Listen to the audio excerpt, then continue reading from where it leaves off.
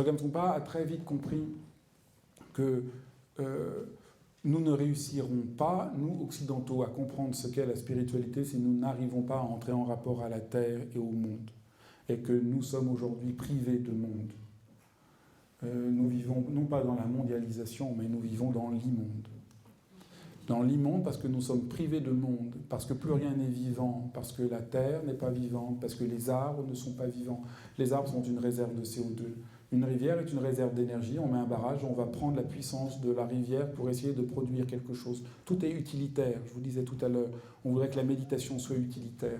Le jour où la méditation sera présentée comme quelque chose d'utilitaire, on aura détruit la méditation, comme on détruit le fleuve en ne le pensant plus que comme une réserve d'énergie, en ne pensant plus que la vache comme ce qui produit un certain nombre de calories, et que si c'est la vache folle, on en détruit quelques millions, ça n'existe pas. Ce ne sont pas des êtres sentants, ils ne souffrent pas, ce sont des pures machines, on les détruit.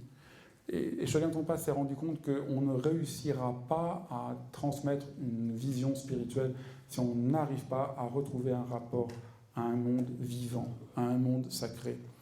Que la manière dont nous mangeons, dans la manière dont nous nous habillons, dans la manière dont nous nous tenons, a rapport avec la vie spirituelle. Que la vie spirituelle, contrairement à ce qu'on croit, la manière dont vous vous habillez, la manière dont vous vous levez, la manière dont vous mangez, la manière où vous habitez, c'est ça la spiritualité.